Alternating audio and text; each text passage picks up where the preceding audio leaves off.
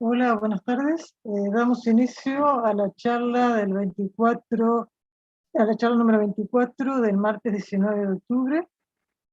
Mi nombre es Alicia Namesne y esta charla es la prolongación de las charlas en la biblioteca que se suspendieron por un día que hubo de fiesta y además la Feria Fruta Crack. Charlas en la biblioteca tiene lugar todos los martes a las 4:30 de la tarde en hora de España. Es un espacio para comentar temas de interés sobre producción y cosecha de frutas, hortalizas y ornamentales y también sobre alimentación saludable. Las notas de la charla se encuentran disponibles en la pestaña Las charlas del portal bibliotecahorticultura.com y desde ella se accede al vídeo, al podcast y a más información. Las charlas intentamos que sean breves, a más información de cada una de las sesiones que ha habido. Para quienes nos están viendo en vivo desde YouTube, si deseáis hacer preguntas, podéis usar el chat y al final de las intervenciones se abrirá un turno de preguntas. Si las preguntas son posteriores, en las notas de la biblioteca están los correos electrónicos de todos los participantes, podéis contactar con ellos. En el día de hoy nos acompañan la empresa Buresi Innova, que es patrocinadora de la sesión de hoy, y nuestros invitados son Silvia Pérez de Buresi Innova y Dolores Garrido de la Universidad de Granada.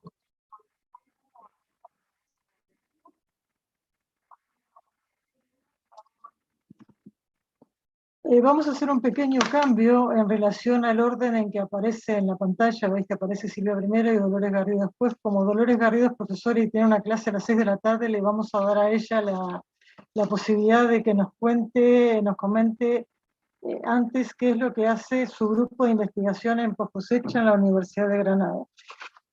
Dolores Garrido es catedrática de Fisiología Vegetal e investigadora principal del grupo AGR 209, Fisiología de la Poscosecha en Frutos de Interés Agronómico. Esta es una clasificación que utiliza la Junta de Andalucía. Durante los últimos 15 años ha sido investigadora principal de 7 proyectos I+D+I del Ministerio de Ciencia e Innovación en el campo de la calidad durante la poscosecha de cucurbitáceas. La doctora Garrido imparte clases de fisiología vegetal en el grado de biología y de reproducción sexual y reproducción de frutos en el máster de avances en biología agraria y acuicultura. Dolores, adelante, te escucharemos con muchísimo interés en qué trabaja tu grupo, ¿sí? Vale, muchas gracias. Voy a intentar... Tienes que dejar de compartir, Alicia. Vale. Muy bien. Pues... Bien.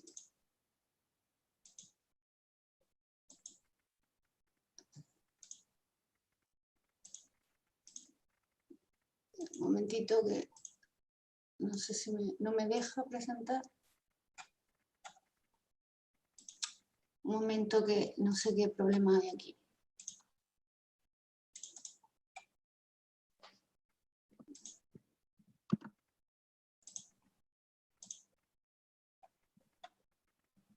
No, es que no me presenta. Se ve la presentación, pero no en grande, ¿no?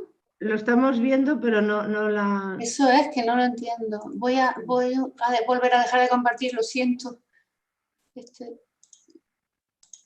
problema, Dolores, son las cositas del directo, pero no es grave. Sí, pero ahora, ¿no? Ahora sí. Ahora sí, perfecto. Perdón. Perfecto. Bueno, pues buenas tardes a todos y muchas gracias por la invitación para presentar a mi grupo. Ya nos ha presentado Alicia, pertenezco al Departamento de Fisiología Vegetal de la Facultad de Ciencias de la Universidad de Granada. Y dentro de eso soy la responsable del grupo de investigación AGR 209 de la Junta de Andalucía.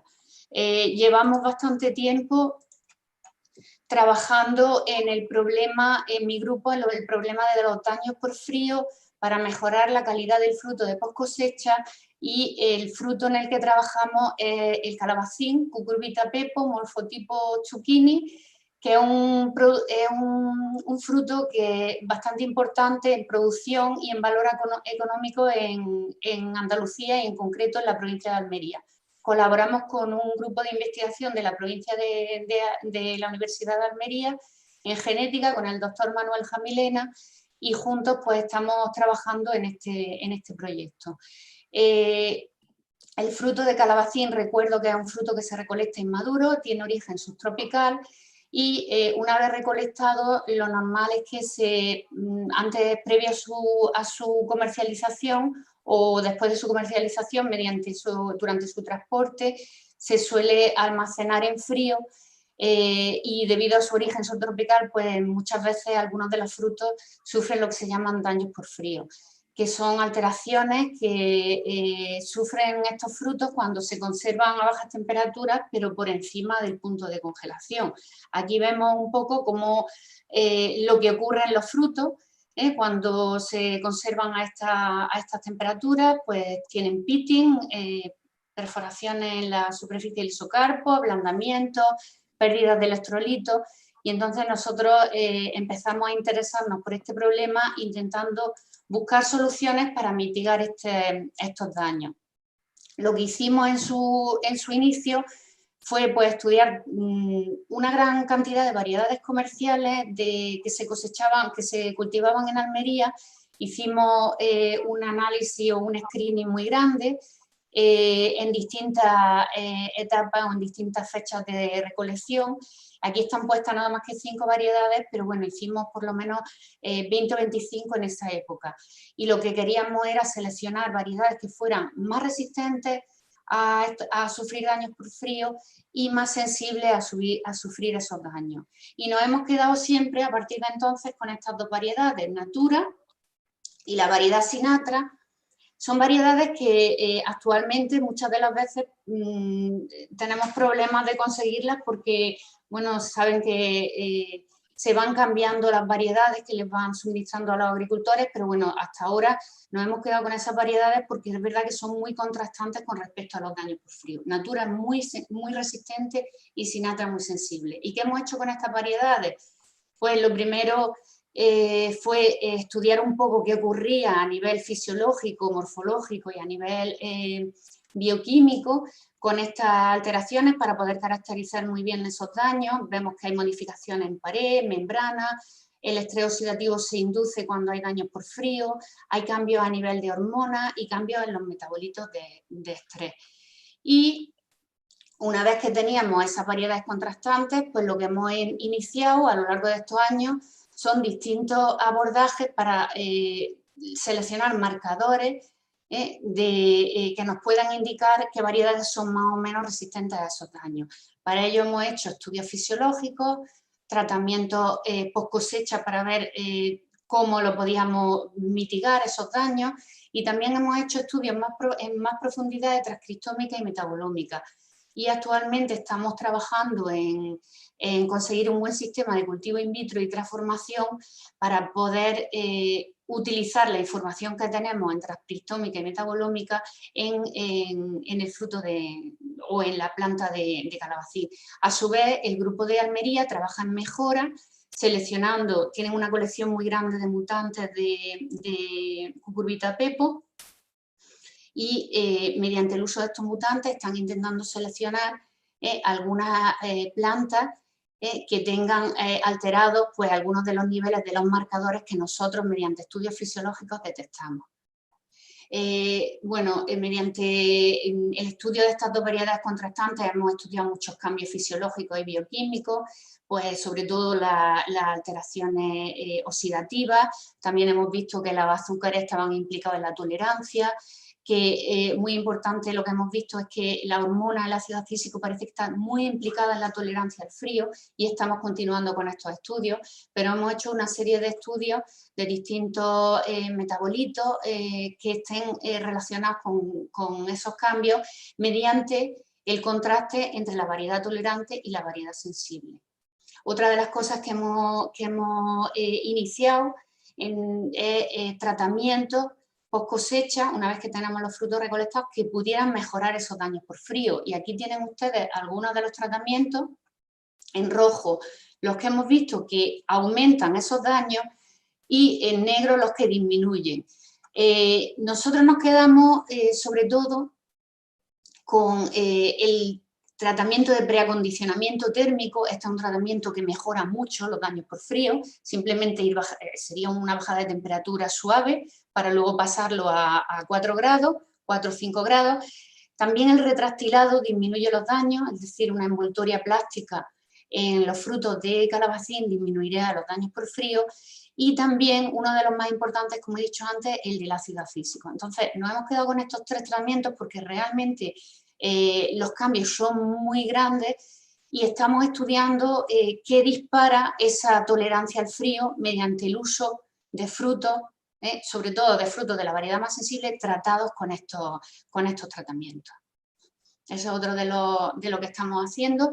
Y como he dicho antes, también hemos iniciado un estudio en transcriptómica y metabolómica para ver genes o proteínas que estuvieran relacionadas con esa tolerancia al frío.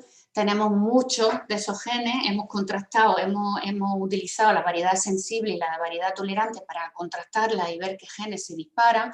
Y de los que hemos visto, pues muchos están relacionados con el metabolismo, carbohidratos, metabolismo energético, otros con la eliminación de especies reactivas de oxígeno, porque el daño oxidativo es muy grande, y sobre todo tenemos una serie de factores de transcripción, en concreto este factor de transcripción MIP76-like, que estamos estudiándolo más en profundidad porque parece que está muy relacionado, se dispara mucho su transcripción cuando el fruto de la variedad tolerante se pone en frío. Entonces, todos estos resultados no nos van a indicar nada, no nos van a decir si realmente estos genes están implicados o no, o si tienen que ver con el desarrollo de la tolerancia, si no tenemos un buen sistema para expresarlo en nuestra especie, en la especie de estudio.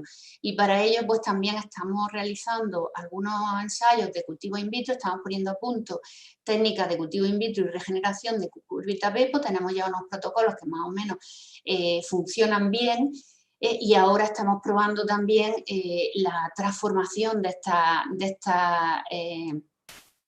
estas plantas cultivadas in vitro. Tenemos algunos resultados, algunos positivos de plantas que se transforman con genes marcadores, y si tuviéramos un buen sistema de transformación, pues podríamos probar todos estos genes, estos factores que están relacionados con esa resistencia. Esto es otro de los apartados que está haciendo el grupo, perdón. Y ya por último, puesto que era solo una visión general de lo que estamos haciendo, les pongo que tenemos 2 nuevos proyectos que están vigentes en este año. En uno de ellos vamos a seguir con el estudio de los daños por frío, pero vamos a irnos un poquito más hacia atrás, vamos a abarcar a más especies de cucurbita pepo, y lo que queremos hacer es una caracterización fisiológica y bioquímica de la calidad del fruto en un panel de genotipos de calabacín. Eso lo vamos a hacer en colaboración con empresas y con los grupos de Almería, y a su vez también estamos interesados en cubiertas naturales que pudieran paliar estos daños, puesto que el retractilado es muy importante y mejora.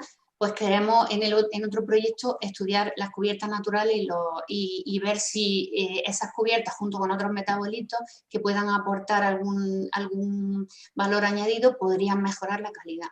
Y bueno, ya poner los miembros del grupo, no somos mucha gente, pero bueno, tenemos muchas ganas de colaborar. Y les doy muchas gracias por su atención. Gracias, Alicia. Dolores, muchísimas gracias. Con esta intervención acaba la intervención de la profesora Dolores Garrido de la Universidad de Granada, un grupo que investiga en fisiología de la poscosecha en frutos y pertenece al grupo AGR 2209 de la Universidad de Granada. A continuación tenemos la segunda intervención en esta sesión de charlas en la biblioteca, que es de la ingeniera agrónoma Silvia Burés, de Burés Innova, que nos va a hablar de iluminación artificial en agricultura. Me gustaría introducir a Silvia. Como he dicho, es ingeniera agrónoma, es doctora por la Universidad de Georgia, se incorporó a su regreso de Georgia al IRTA como investigadora, una ocupación que dejó definitivamente en 1997 para dedicarse a la gestión empresarial. Ha dirigido los negocios familiares de fabricación de sustratos de cultivo y actualmente dirige la empresa Buresi Innova, Sociedad Anónima. Bueno, Silvia, como gran resumen, es una persona sumamente inquieta intelectualmente, ¿sí?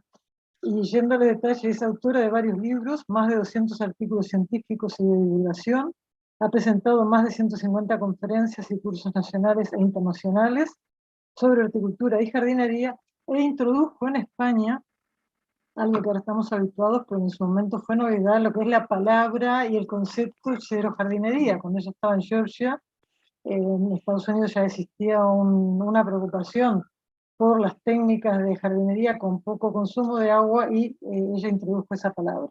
Ha sido decana del Colegio Oficial de Ingenieros Agrónomos de Cataluña, presidenta del Grupo de Trabajo de Sustratos de Cultivo de la Sociedad Internacional de Ciencias Hortícolas, presidenta de la Asociación Española de Preparadores de Tierra y Sustratos y delegada del Comité Europeo de Normalización de Sustratos de Cultivo. Actualmente su actividad se centra en la innovación, en el desarrollo de nuevas tecnologías en agricultura y en la aplicación de sistemas hidropónicos en arquitectura. Además del desarrollo de proyectos y productos, su empresa Buresi Innova se dedica a la comercialización de los productos más pioneros, como son las lámparas con espectros de luz específicos dentro del área de luz par, que hoy nos hablará de eso, entiendo, que se utilizan para el cultivo en cámaras en invernaderos. Y además comercializa otros productos muy interesantes, aquí me permito hacer un agregado, como son equipos de irradiación, que son una novedad en el sector tanto de cultivo como de cosecha, en que si buscamos un producto nuevo, normalmente Buresi Innova tiene lo más nuevo que hay en el mercado a nivel internacional.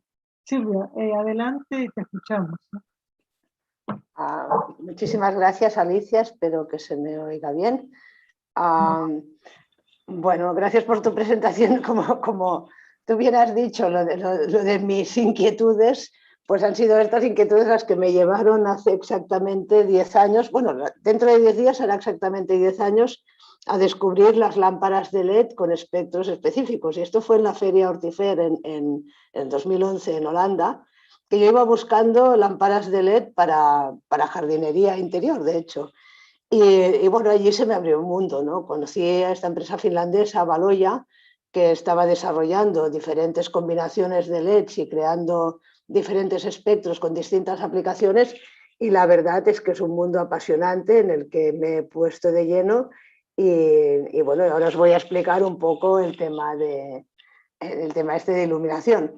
Bueno, ante todo también quiero darte las gracias, Alicia, y quiero dar las gracias a Porcora Postcosecha por haberme dado la oportunidad de hacer esta presentación con vosotros. Voy a compartir la pantalla si me deja. A ver.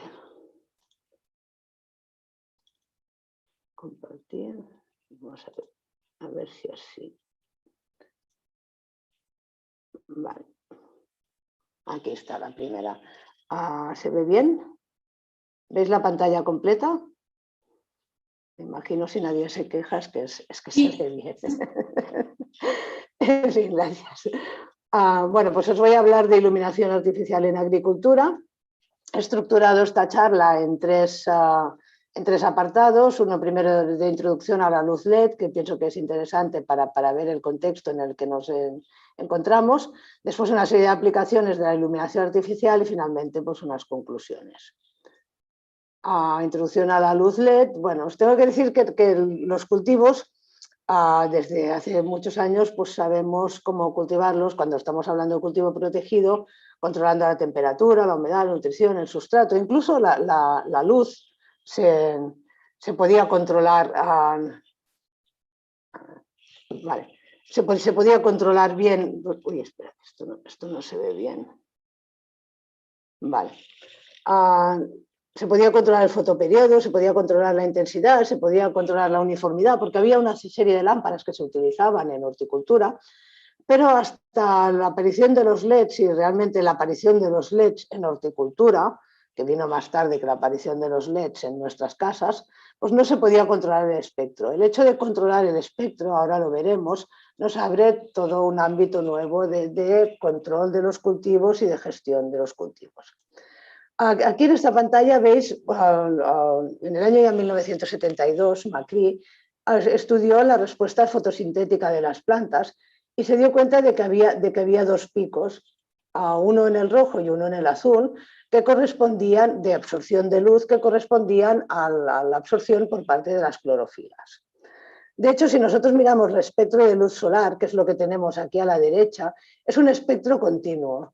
O sea, y si vemos uno y otro, nos damos cuenta de que las plantas no ven lo mismo que vemos las personas.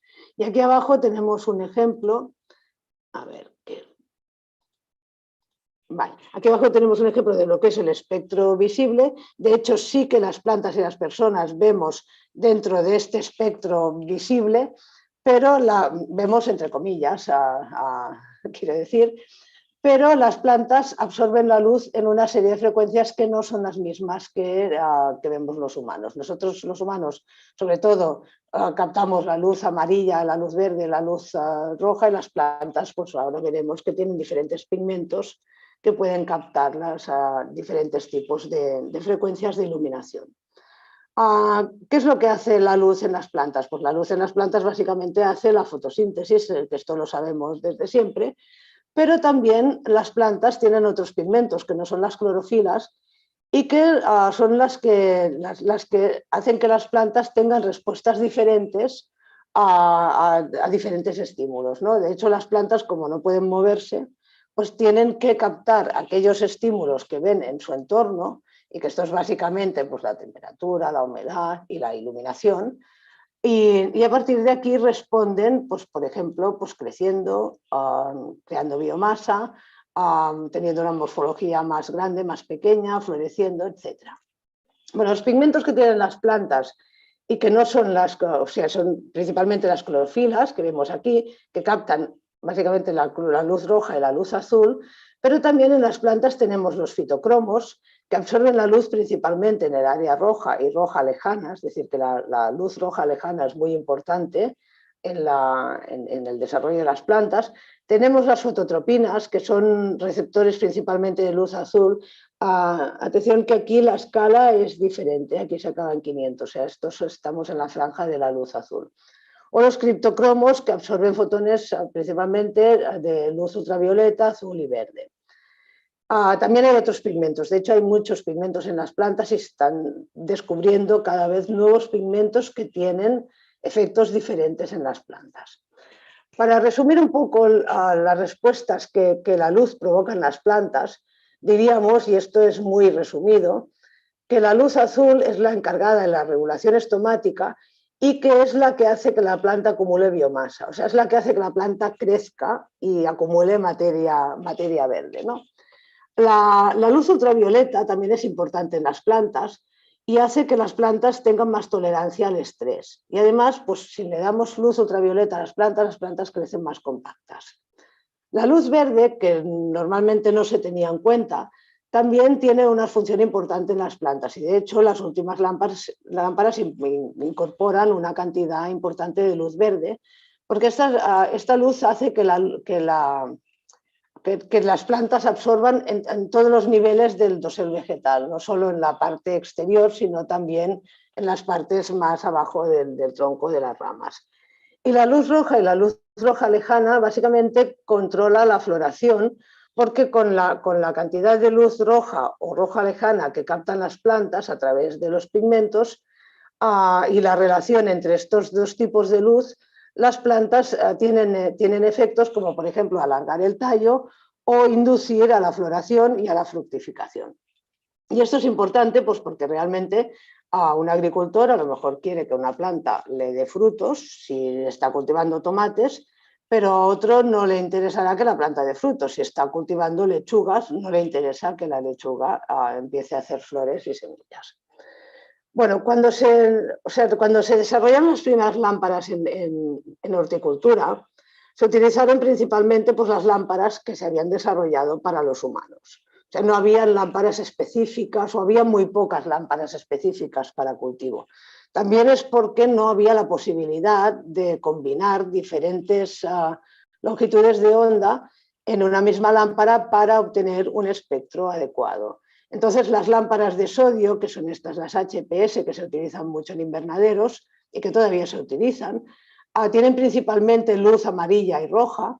Los fluorescentes tienen diferentes picos, sobre todo luz verde y luz roja, y claro, están pensados para la iluminación de personas, no para las plantas. Y los LEDs que utilizamos en casa o en la oficina tampoco son LEDs pensados para plantas y tienen un pico sobre todo en la zona amarilla y aquella zona roja, que es lo que más vemos los humanos. Cuando se empezaron a desarrollar lámparas vegetales, principalmente pues, siguiendo aquello de Macri de que las plantas tienen clorofilas que absorben en el azul y en el rojo, pues se desarrollaron LEDs rojos y azules. También es verdad que fueron los primeros LEDs que se desarrollaron, o sea, de hecho es muy reciente la tecnología LED y cada año se descubren nuevos colores de LEDs. Y también es verdad que los más económicos son los LEDs rojos y azul, con lo cual pues, las lámparas más económicas suelen ser solo de LEDs rojos y azules, ¿no? Aquí abajo, sin embargo, tenemos un espectro de LEDs ya pensado para cultivo, donde tenemos una importante cantidad de luz roja, una importante cantidad de luz azul, pero también de luz verde y algo de ultravioleta y de rojo lejano. Es decir, que hemos ampliado el espectro con aquellas frecuencias que nos interesan para las plantas. Aquí vemos, pues, por ejemplo, el LED rojo y azul con estos dos picos que os decía, que es estas lámparas que tienen esta coloración de color fucsia tan fuerte, y los LEDs para cultivo, que los hay también de diferentes tonalidades, pero que dan una luz más agradable para la persona que está trabajando en la cámara o en el invernadero. Bueno, pues ¿cómo se desarrolla un espectro LED? Pues muy sencillo, combinando diferentes LEDs. Los LEDs son unos microchips de diferentes colores que tú puedes poner en la misma lámpara, los puedes poner de un color o de otro y te permiten obtener diferentes espectros combinándolos de maneras diferentes. Y de hecho esta empresa, Valoya, la empresa finlandesa que nosotros distribuimos junto con otras, lo que hizo desde el principio, ya era muy al inicio de los estudios con plantas y de hecho es la empresa pionera en investigación y desarrollo de iluminación para horticultura, con más de 200 trabajos científicos hechos con sus propias lámparas, pues lo que hicieron fue combinar diferentes tipos de LEDs, siempre teniendo en cuenta la fisiología de las plantas y lo que los pigmentos de las plantas absorben, es decir, que no tenía sentido desarrollar una lámpara con un LED amarillo, pero sí estos LEDs estos picos que vemos aquí que coinciden con los picos fotosintéticos y de las respuestas de las plantas. Bueno, y a través de esto, haciendo experimentos, pues llegaron a desarrollar una serie de espectros que tenían unas funciones diferentes. Y, por ejemplo, para que os hagáis una idea, pues aquí tenemos unos espectros pensados para biomasa. Estos espectros tienen sobre todo luz roja y luz azul, bastante más luz roja que azul, y también tienen algo de luz verde.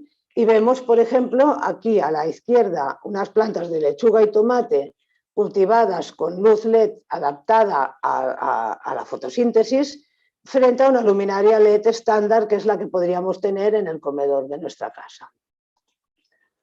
Si lo que queremos es que la planta florezca, pues aquí tenemos, por ejemplo, el efecto de 4 espectros diferentes en la planta de Arabidopsis cultivada con la misma intensidad.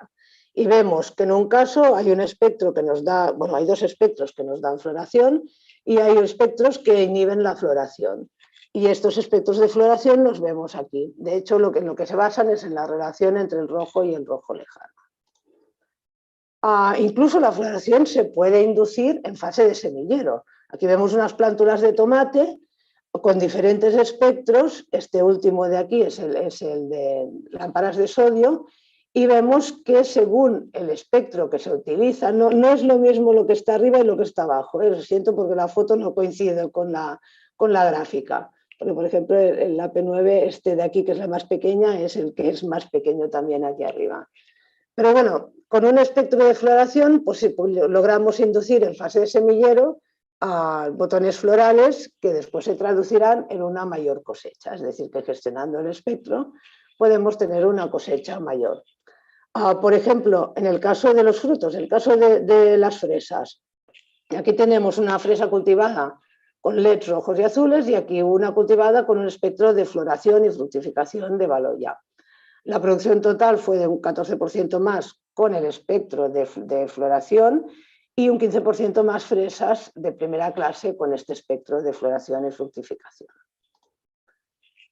Incluso podemos cambiar la calidad o podemos obtener plantas de diferente o distintos aspectos de la planta que a nosotros nos interesan. Aquí tenemos el caso del cannabis, pero esto se aplica a plantas aromáticas, por ejemplo, que nos interesa que tengan aceites esenciales, o microgreens, que son las pequeñas verduritas que nos interesa que tengan más antioxidantes porque son más sanas, o algas que nos producen alguna sustancia que puede ser beneficiosa, como por ejemplo la astaxantina que se está utilizando en alimentación. Pues por ejemplo en el caso del cannabis, aquí vemos que utilizando una lámpara de sodio o una lámpara específicamente diseñada para el cultivo de cannabis, obtenemos una planta mucho más compacta, pero con un porcentaje mucho más alto de producción de flores y una mayor concentración de cannabinoides, que junto a la mayor floración pues resulta en un incremento casi del 60% de producción de cannabinoides. Todo esto al final pues, se traduce en un aspecto económico, ¿no?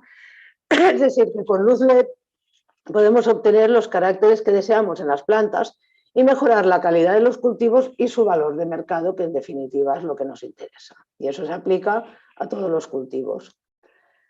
Bueno, os voy a enseñar algunas aplicaciones, así muy por encima, pero tampoco tenemos mucho tiempo. Por ejemplo, en la producción de injertos en semilleros se utilizan lámparas tipo tubo. Normalmente estos son ambientes de mucha humedad. Las plantas están en un periodo muy corto, que es el prendimiento del injerto y la primera fase de desarrollo, que suele durar unos 7 o 10 días, depende de la especie. Y que vemos que con lámparas específicamente diseñadas para esto, pues se mejora el prendimiento y se mejora la posterior supervivencia de la planta. En el caso de las empresas que obtienen semillas, pues estas empresas lo que necesitan es que la planta pues, florezca y haga semillas. Algunas porque también la flor la utilizan para obtener nuevas variedades, ¿no? Cuando nosotros estamos cultivando en un invernadero sin luz artificial, o en condiciones de campo, pues en un año podemos tener una cosecha. A lo mejor en un invernadero podemos tener 2 cosechas de una planta. Pero sí, utilizando una luz específica para floración, podemos llegar a obtener hasta 6 o 7 cosechas en un año. Claro, esto representa una inversión en iluminación, pero representa un ahorro de costes y sobre todo de ganar tiempo, de presentar nuevas variedades en el mercado, que es muy interesante y de hecho pues estas lámparas se aplican muchísimo en obtención de semillas. También en cultivo de hortícolas y ornamentales en invernadero. Pues aquí tenemos pues, lámparas, normalmente lámparas de techo o de barra, que se utilizan en los invernaderos para aumentar el fotoperiodo y para poder cultivar, porque por ejemplo en nuestro país lo que tenemos es mucha luz en verano, pero en invierno tenemos una temperatura suave en muchas zonas, por ejemplo en las zonas de Almería o de Murcia, tenemos inviernos suaves, pero nos falta luz, porque nos faltan horas de luz. Si nosotros podemos alargar las horas de iluminación, pues podemos conseguir tener cosechas en invierno con un gasto muy, muy bajo de energía, gracias a las lámparas de LED, y por lo tanto pues penetrar en el mercado en aquellas épocas donde las plantas son más, digamos, atractivas económicamente.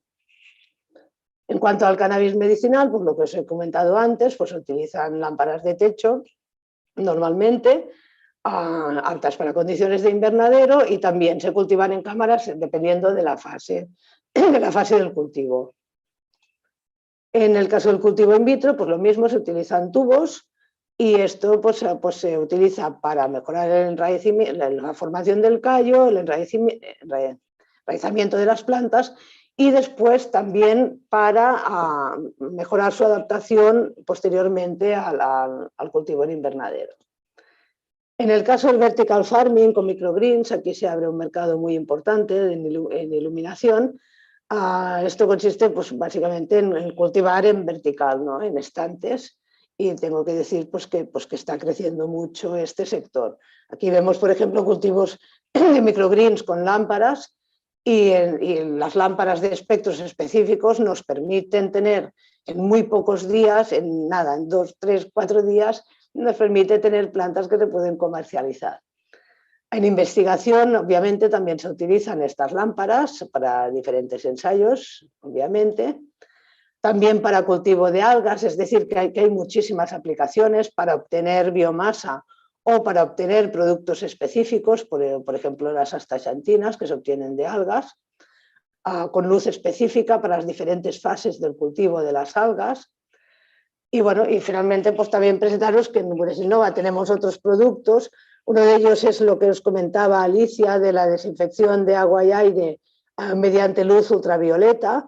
Es decir, que un poco ampliando el tema de la luz, pues también hemos entrado en esta fase, que esto se puede utilizar en cultivo, se puede utilizar en post cosecha para alargar el tiempo de durabilidad de las verduras y de las frutas.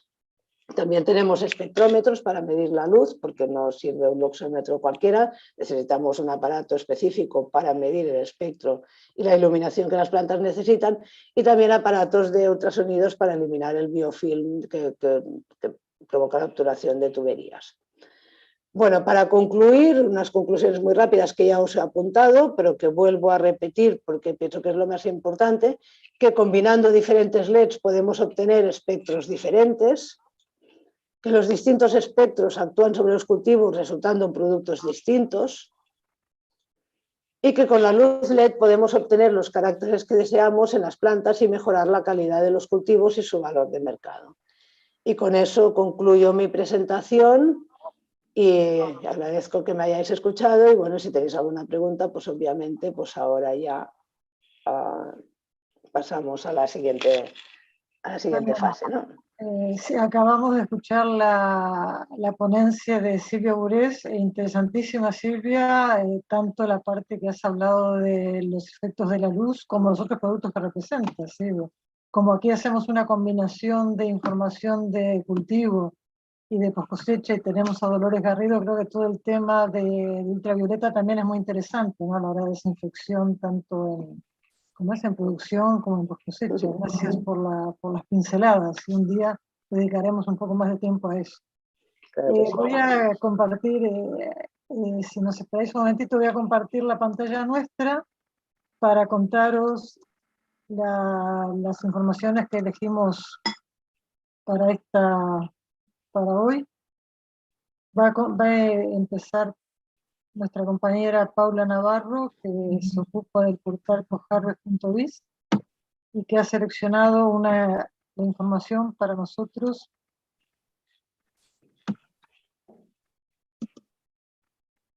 Ahora, Paula. Vale, buenas tardes. Bueno, la primera noticia que tenemos hoy, así de las que más impactan de la semana, digamos, es que Leivia está desarrollando, bueno, ya lo tiene desarrollado, un nuevo recubrimiento comestible para el control de podredumbres, la verde y la azul, en cítricos. Como sabemos, con la campaña de cítricos, que ya está aquí, bueno, todos los años tenemos el mismo problema y cada vez más se intenta, bueno, ir hacia una agricultura más sostenible, con menos residuos, que sea menos dañina para el medio ambiente. Y entonces lo que ha hecho Leivia es trabajar con este nuevo recubrimiento, que es a base de PPS y GMS formulados con SB, que son la matriz del almidón de patata pregelatinizado con glicetilo y benzoato de sodio. Esto lo que hace es que sea un recubrimiento, básicamente es natural, y bueno, están haciendo pruebas, pero tiene todas las papeletas de que va a ser un buen sustitutivo de los recubrimientos las ceras que conocemos actualmente y que tantos problemas dan con los consumidores finales al final, que cada vez nos demandan más productos naturales y sin químicos. Así que bueno, podéis encontrar toda la noticia completa y toda la investigación en el portal de postcosecha.com, y también os dejaremos el enlace en YouTube. Muchas gracias. Muchísimas gracias. Gracias. Bueno, de mi parte he seleccionado dos noticias. Por un lado, una presentación que se hizo en las instalaciones de la cooperativa de Carlet, que pertenece a la cooperativa de segundo grado ANECOP, en el cual se hizo un envío de caquis a Rangis con un contenedor muy especial. Bueno, quienes estén viendo la presentación por YouTube, veréis que se llama Impros, la empresa. Esta es una empresa que está utilizando tecnología desarrollada por la NASA para crear contenedores que tienen una autonomía respecto a conectarse a una fuente de energía de un mes. Esto, bueno, da indudablemente muchísimas posibilidades, inclusive de cara a llegar con productos hortofrutícolas a China a través de esta línea, bueno, relativamente nueva de tren que va de Europa a China, no solamente en el tema refrigeración. Tienen la particularidad, que creo que es algo muy interesante, de que pueden inclusive refrigerar el producto, a diferencia de los camiones que ya requieren que el producto entre a la temperatura idónea. Pueden el poder refrigerante es suficiente como para bajar la temperatura de lo que se introduzca, y por supuesto también tienen posibilidades en maduración. Esto está en una etapa de investigación, pero ya se están haciendo pruebas reales, y bueno, creo que puede ser muy interesante tanto para lo que es el comercio internacional como para países que tienen problemas a la hora de tener refrigeración apropiada para que las pérdidas disminuyan. La otra noticia que queremos comentarles es que en estos momentos se está desarrollando el Congreso número 16 de la Sociedad Española de Ciencias Hortícolas, que también ha sufrido atrasos como han sufrido otros congresos. En este momento está en su primer día. Están previstas, y algunas han ocurrido, ponencias invitadas, una sobre sostenibilidad, que la hace Enrique de los Ríos, de Única Group. Hay otra ponencia que la hace Fernando Mestre, que habla de los laboratorios de investigación, que es, digamos, un tema interesante, muy interesante a la hora de conseguir una mayor implicación de la investigación en todas las facetas de la sociedad, algo que ahora ha puesto muy sobre la mesa lo que es el tema de lo que es una pandemia como la actual, la que hemos vivido hasta ahora. Hay otra ponencia que habla de las investigaciones en Chilela, que como sabéis es una plaga muy importante que está afectando cultivos en distintos países. La hace María Saponari, del Instituto de Protección Sostenible de Plantas de Bari. Y hay otra ponencia muy relacionada con la zona donde se realiza el Congreso, que es Mejora en Olivar, que la hace Felipe Oliva. Córdoba tiene además la particularidad, que es donde se hace el Congreso, de que reúne a 3 instituciones muy importantes en investigación, que es por un lado el Instituto Andaluz de Investigación y Formación Agraria, el IFAPA. También está la Escuela Técnica Superior de Ingeniería Agronómica y de Montes, de la Universidad de Córdoba, y también está el Instituto de Agricultura Sostenible del Consejo Superior de Investigaciones Científicas, el IAS, del cual tendremos un ponente en las próximas semanas, que nos hablará de la sanidad en aguacate. A continuación vamos a dar lugar a un poquito de coloquio. Paula, tú nos dirás si hay alguna pregunta de algún oyente que pueda estar participando. Y yo, ahora mismo no, pero si no, ya saben que las pueden dejar escritas y nosotras las pasaremos a Dolores y a Silvia. Bueno, perfecto. Pues, Dolores, voy a empezar, tengo una pregunta para Dolores, que además sé que tienes que ir a la clase para dejarte un poquito de tiempo. Estamos bien, vale. Estamos bien de tiempo. Dolores, creo que, bueno, interesantísimo todo lo que trabajáis, aparte el tema daños de frío, creo que es un tema que afecta en especial a las especies que estáis estudiando, y a otras especies, digamos, que son temas que a veces se conocen poco, y sobre todo especies que uno tiene por comunes, digamos, uno tiene en la cabeza que las especies tropicales tienen problemas con daños de frío, pero a veces se olvida de que especies que no son tropicales, como un espárrago o un calabacín, digamos que los daños por frío están vinculados al tiempo también. Sí. Como tú hubieras dicho, la mejora vegetal es muy dinámica, y tenéis problemas para volver a encontrar la misma variedad, porque las variedades van cambiando por parte de las casas de semillas.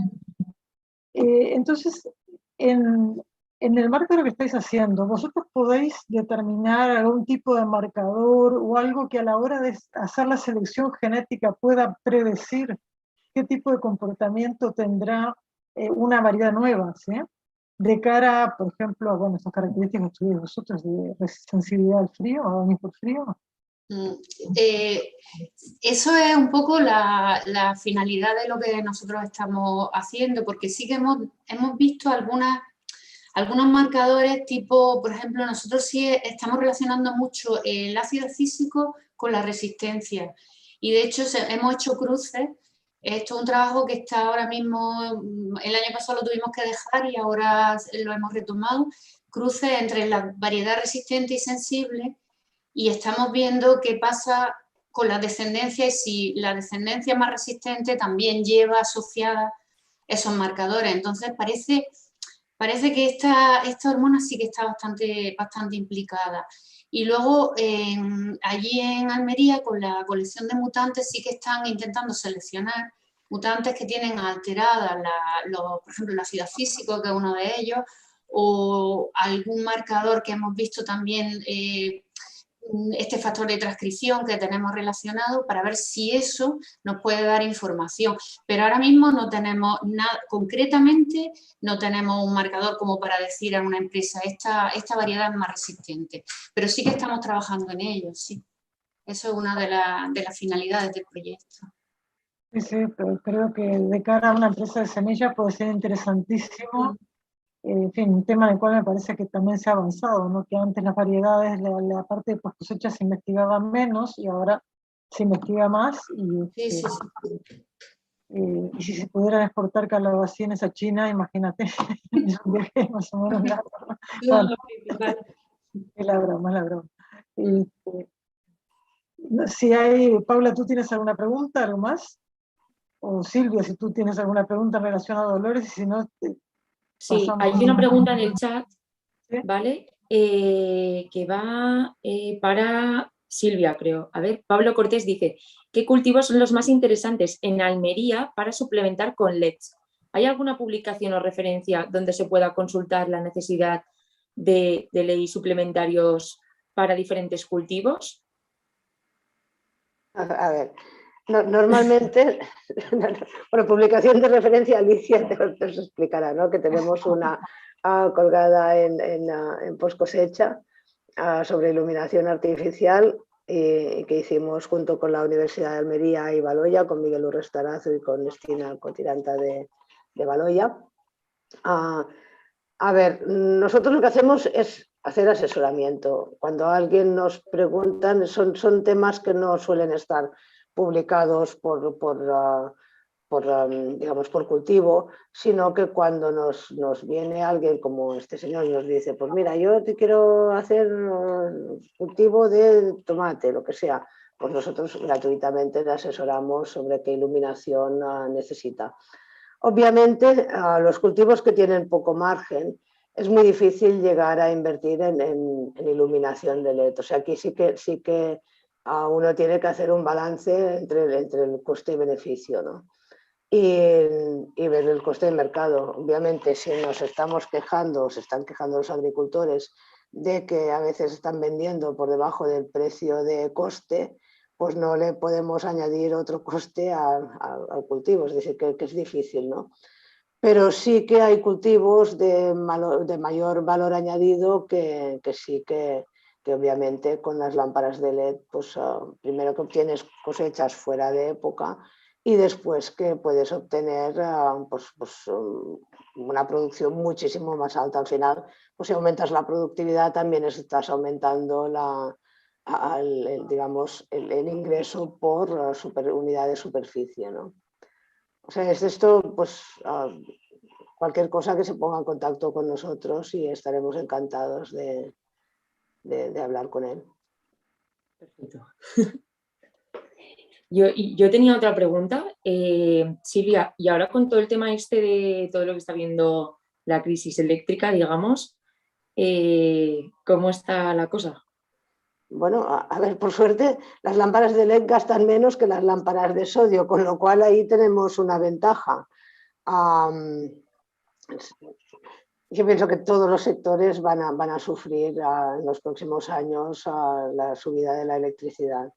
Lo que pasa que también es verdad que podríamos apostar por otras cosas, ¿no? Como las energías renovables, sobre todo en el caso de la agricultura, que se podrían combinar con invernaderos con placas solares, por ejemplo, es decir, que se podrían, que de hecho, por ejemplo, en la Universidad de Almería ya tenía Miguel Urrestarazur un invernadero que funcionaba con placas solares, o sea, y tenía iluminación artificial, es decir, que no es que estemos ahora descubriendo nada, es que realmente pues, son técnicas que ya funcionan.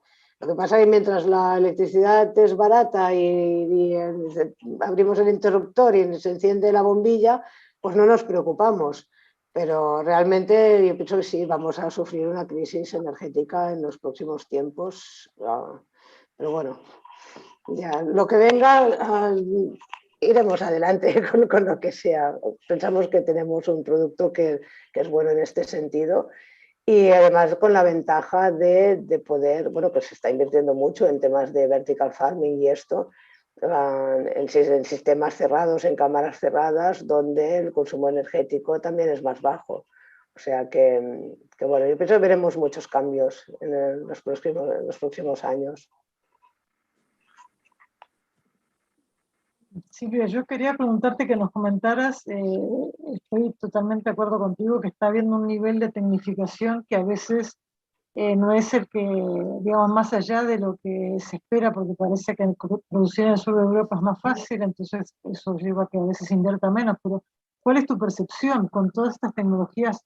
Ya hablo en general, no solamente del tema iluminación, que también, pero estas tecnologías innovadoras que estás introduciendo tú en España, bueno, en fin, el ámbito donde se mueve Eudesa Innova, ¿cuál es la receptividad del mercado actualmente?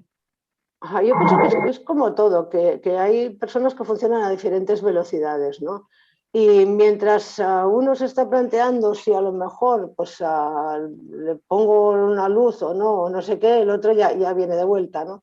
Y realmente hay grandes empresas que están invirtiendo en invernaderos con iluminación artificial y en cámaras, y en robotización, y en sistemas de gestión mucho más tecnológicos. Y esto es una realidad. O sea, no es algo que vemos en las noticias, no es una realidad que vemos en el campo. Y realmente, pues sí, cuando hay personas que invierten y además les salen los números, porque si no, pues ya no estarían en el mercado, pues es porque hay algo ahí, ¿no? O sea, yo creo que sí, quizá un poco la pandemia nos ha hecho darnos cuenta, que ya teníamos que saberlo desde siempre, que la alimentación es necesaria y que necesitamos la agricultura. Y nos ha hecho valorar de otra manera pues, todo lo que es el ámbito agrícola, ¿no? Y yo creo que el futuro está en la alimentación. Sí, sí, estoy de acuerdo. Inclusive creo que la sesión esta que hay sobre laboratorios en el Congreso de la SEC pone, digamos, acerca a la sociedad el tema de que la investigación es importante, ¿no? En todo momento. Si no hay más preguntas, vamos a hacer el cierre de la sesión. Antes, no quiero dejar de comentar, como ha comentado Silvia, hay un excelente artículo que, por cierto, está también en inglés, que es sobre la iluminación artificial. Está colgado en Biblioteca de Horticultura, y si ponéis en el buscador Burés, os va a aparecer enseguida y se descarga gratuitamente, simplemente hay que registrarse. Y se descarga, y creo, en mi opinión, es, bueno, de lo que yo he leído, es lo mejor que he leído en iluminación artificial, y es muy completo, y creo que cualquier persona que quiera saber sobre esto puede descargarlo ahí. Si me permite, claro, quería agradecer a Silvia porque la charla ha sido muy didáctica y me ha dado ideas para explicar a los alumnos. Entonces me parece... Bueno, Dolores, cuando quieras colaboramos, o sea que porque a mí me ha gustado mucho lo que has contado Son temas que realmente son muy importantes, que no nos damos cuenta de lo que es el fruto, lo que cuesta tenerlo en condiciones y con las condiciones ambientales que tenemos. Y hay muchísima investigación en las universidades y en los centros de investigación que nos permiten poder comer cada día, y que esto pues que tenemos que ponerlo en valor y que la gente se dé cuenta, ¿no? Como ha dicho Alicia, que la investigación es muy importante, obviamente. Sí, pues ya te contactaré, sí. Pues cuando quieras. Una Además iré a Granada, que Granada es muy bonito, y cuando quieras me voy a Granada. Sí, para quien quiera que quiera contactar a nuestras ponentes, que sepáis que, como dijimos, dentro de la Biblioteca de Horticultura hay una pestaña que se llama Las Charlas, y dentro de esa pestaña que se llama Las Charlas hay un próximamente donde vienen las charlas a futuro, y en los próximos días, máximo el lunes, estará colgada la noticia de esta charla. Ahí tenéis los correos electrónicos, bueno, también lo tenéis en los perfiles, que eso sí que ya están colgados, de nuestras dos ponentes de hoy. Dolores Garrido, que te damos las gracias, y que tengas buena clase. Gracias. Y Silvia, que también te damos las gracias a ti como profesional y a tu empresa como patrocinadora. Muchísimas gracias por ambas. Vale, encantada. Gracias a vosotras por invitarnos. También agradecemos al público que ha estado presente y a quienes vayan a escuchar los podcasts y el vídeo en el futuro, ¿sí? En la próxima jornada de charlas en la biblioteca, que será el martes 26 de octubre, se tratarán los temas detección rápida y diagnóstico precoz de fitopatógenos y la investigación en horticultura en la Universidad de Castilla-La Mancha. Ellos trabajan sobre optimización del uso del agua agrícola. Lo que os comentaba, recordamos que las notas con información, vídeo y podcast de las charlas en la biblioteca se encuentran en la pestaña Las Charlas del portal bibliotecahorticultura.com. Os deseamos una feliz semana y que sea muy buena para todos. Chao. Vale, chao. Hasta la próxima. Adiós.